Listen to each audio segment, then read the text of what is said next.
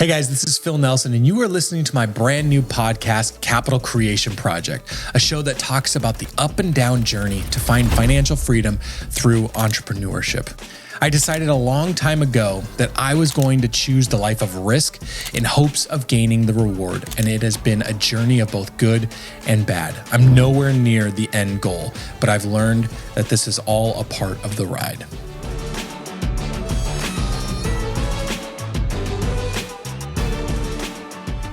Hey guys, welcome back to the Capital Creation Project. I'm your host, Phil Nelson. We have Matt Hart yet again. Hey. Golly. We're just abusing your time, aren't we? I love it. I love being here. Thanks for coming back. If you missed part one of this episode, this is part two. If you missed part one, Matt and I kind of went in talking about the residential side, the forecast that we see for 2024 here, what our expectations are. Today, so go back and listen to that if you missed it. But today we're going to talk about commercial, which is the space that I really enjoy, the investment side, multifamily properties. So we're going to kind of dive into that today, what it's going to look like to be purchasing in 24 and 25, what you should be looking for, all that fun stuff. So Matt's going to kind of actually flip around, do more of the interviewing and asking questions here today. So a little bit different topic, but or a little different way of doing it. But yeah, I'm excited. Well, I spent most of the last episode talking, so you get to do it this time. Love it. Tell us, Phil, a little bit about, tell us your background. What got you into the investment side, maybe even real estate in general, but how did you get immersed into the commercial investment world? Well, so I think I kind of touched a little bit on this in that first episode, or maybe it's the intro. I forget where it is, but from 18 years of age, I had a conversation with my dad. He was asking me, what the heck do you want to do? And I, kind of just was describing what I wanted my life to look like. He ended up connecting me with a contact of his in the commercial real estate space, got an internship there at Marcus & Millichap, and started doing brokerage on in office and industrial and working in the capital market space. But ultimately, what I determined is that, 90% of the world's millionaires are built through real estate, right? So for me, I knew that I probably wasn't going to, I'm not so uniquely intelligent or gifted that I was going to build some widget and sell it to millions of people or start some company and new tech company and be able to. Don't sell yourself short. I appreciate that. Thank you. Tune in for that later. I got a couple of ideas I'd like to throw by you. So I knew that, if I don't reinvent the wheel and I just kind of jump into the space of real estate, like I could probably do all right for myself. So for me, real estate has become kind of my lifeblood, what I love doing. And I knew that I could kind of create some wealth for myself doing that. So started at Marcus about 12 years ago now, 2008, 2009 timeframe. And yeah, been in it ever since. I love it. It's a passion of mine, helping people understand how to leverage their capital to buy big apartment buildings. Most of that done in Eastern Washington, where your money just goes a little further. But yeah, it's a space that I really enjoy and have a lot of passion for. Yeah, it's awesome, and you're great at it. What is a transition? How did people get into that commercial world? Like what, let's say somebody's maybe they've dabbled in it. Maybe they understand that wealth is built through real estate. Maybe they have their first duplex or something like that. What would that kind of that next step be? What would you suggest that next step to be? Yeah. So that's actually to me, that's the exact stepping stone. So I've kind of helped folks transition from either single family rentals or duplexes into larger multifamily. And really the reason for that is you just kind of start to operate on economies of scale. You're a whole lot more efficient in making your money. So yeah, to me, it is transitioning from as many units or from one unit under one roof to as many units under one roof as humanly possible. And so I've done that. I've purchased over in Eastern Washington myself. Part of why I obviously as somebody who wants to do it long term, I kind of felt like I probably should know what I'm talking about when I'm right. sitting down in front of investors.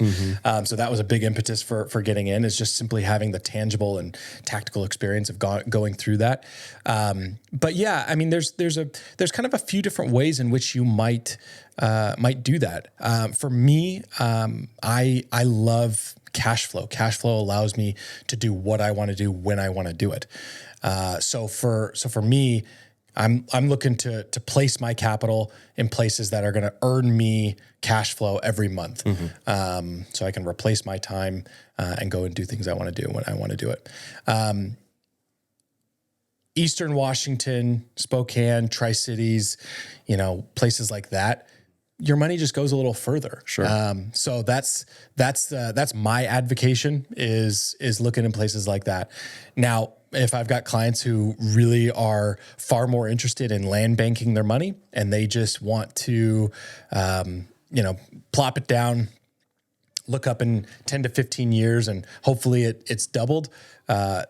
Great place to do that is, the East Side here, Seattle, Kirkland, Bellevue. I mean, those are going to be areas that you're not going to necessarily get the same cash flow every month, unless you're putting inordinate amounts of money down. But if you're looking to just land bank your money, this is a great place to do that. So when you say that, they're looking for like equity growth versus cash flow, right? Got it. Those are kind of the two schools of thought as to what you might be looking for when you're buying real estate. Sure. I'm either looking to buy it for cash flow, or I'm looking to buy it to grow my equity position. And for me, again, I like the cash flow side, so that's why I invest my money in Eastern Washington. Sure. So from your experience, or you working with your investors, or even maybe personally, would you say from a cash flow perspective, because that's what you like, residential or commercial? And I know every deal's different. I know everything's structured different, but generally speaking, would you say stay in the residential lane is maybe more beneficial long-term, or what about, commercial? So and commercial, when we talk about commercial, it's just anything 5 units and above. So 0 to 4 units is still considered residential property. 5 units and above is considered commercial. And that's because of lending, right? Is that? Great question. So the differentiation is that you can still get residential debt on 0 to 4 units, and then 5 units and above, you have to go get different funding. And you got to go get commercial debt for that. We can talk a little bit about that later. But for me, I think, I would rather go the commercial route, mostly because when buying residential, there's a few more outside factors that can come into play when trying to buy. That can affect the value of the asset. When I'm buying commercial, I'm really buying an income stream, right? I'm evaluating this asset based on the amount of income it comes in and less the expenses. And if I can find a return that works well for me, equity is almost a lever I can pull, right? As long as I cut expenses and I increase the net operating income, the value of the asset goes up. So for me, it's just so much more controllable. I kind of know how this is. In theory, I should be able to project this out in terms of equity and cash flow far better than buying a residential piece of property. So that's why I kind of index more towards the larger multifamily. Yeah, for sure. So in 2024, is there opportunities come? I mean, what does 24 look like? Yeah, I think that. So we talked a little bit in the last episode about how interest rates have affected but not affected residential real estate. There's still just tons of demand on people wanting to buy residential properties. I think it's actually pretty different on the commercial side. Again, piggybacking on the idea that I'm buying an income stream and I'm just evaluating this as from really a dollars and cents perspective, the interest rate directly affects what I can pay for an asset. And as interest rates have climbed, the value of those commercial properties, in theory, should be coming down. So I believe that in 2020 and 2021, there were a lot of operators, people who syndicated a bunch of funds together and bought bigger multifamily properties. They got very aggressive on their financing. On the commercial side, financing works in fixed terms of 1, 3, 5, 7, and 10-year fixed money. Most of the time, if you're coming in and you are buying a property, trying to fix it up, increase the income by turning over units or doing something, like, you're going to get cheaper debt, or you're going to get shorter term debt, I should say. Shorter term debt so that you can refinance and then pull money out and redistribute that back to your LPs, your investors. Because we've seen interest rate climb over the last 2 years here now, a lot of people are coming up on their maturity date on those loans, right?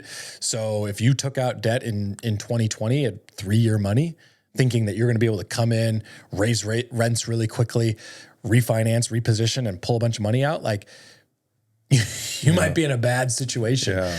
So you'll either have to go back to your investors for a capital call because you haven't been able to raise rates the way you thought you could, raise rents the way you thought you could, or you're going to have to end up selling that and probably selling it at a bit of a discount. And for those who are in that position, I'm really excited. Yeah. Are you seeing that COVID played a role in that in 21?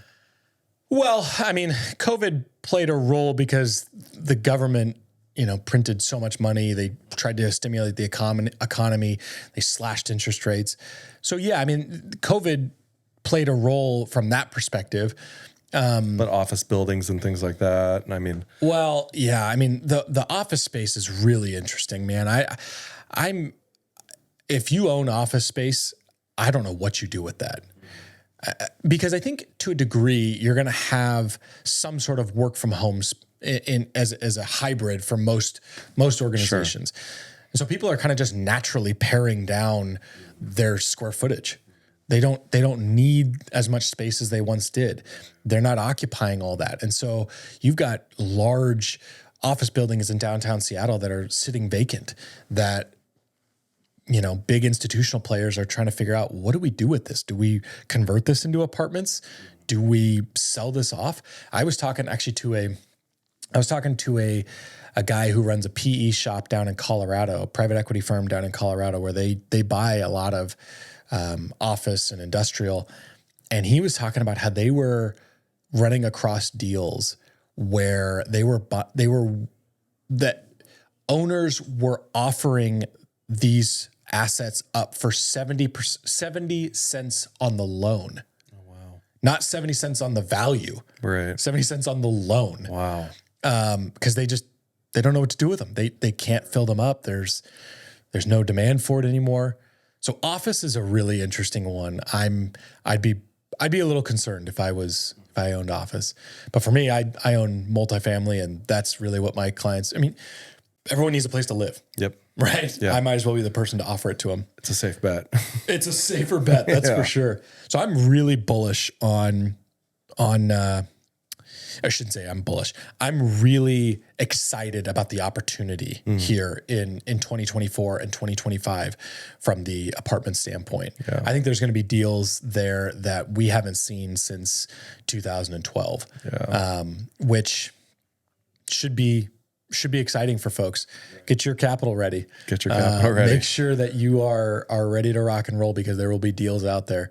And if you want to be a part of my investor group and you want to learn more about that, I'm always evaluating deals and looking to buy. And if you're interested in something like that, shoot me a DM, shoot me a message, and happy to kind of loop you in on all that. But Yeah. Well, I find you a wealth of knowledge. I mean, just in the day to day, bouncing ideas off of you and stuff. And so I would encourage people, if they have questions about investing and all of that, you're a great resource. So that's good.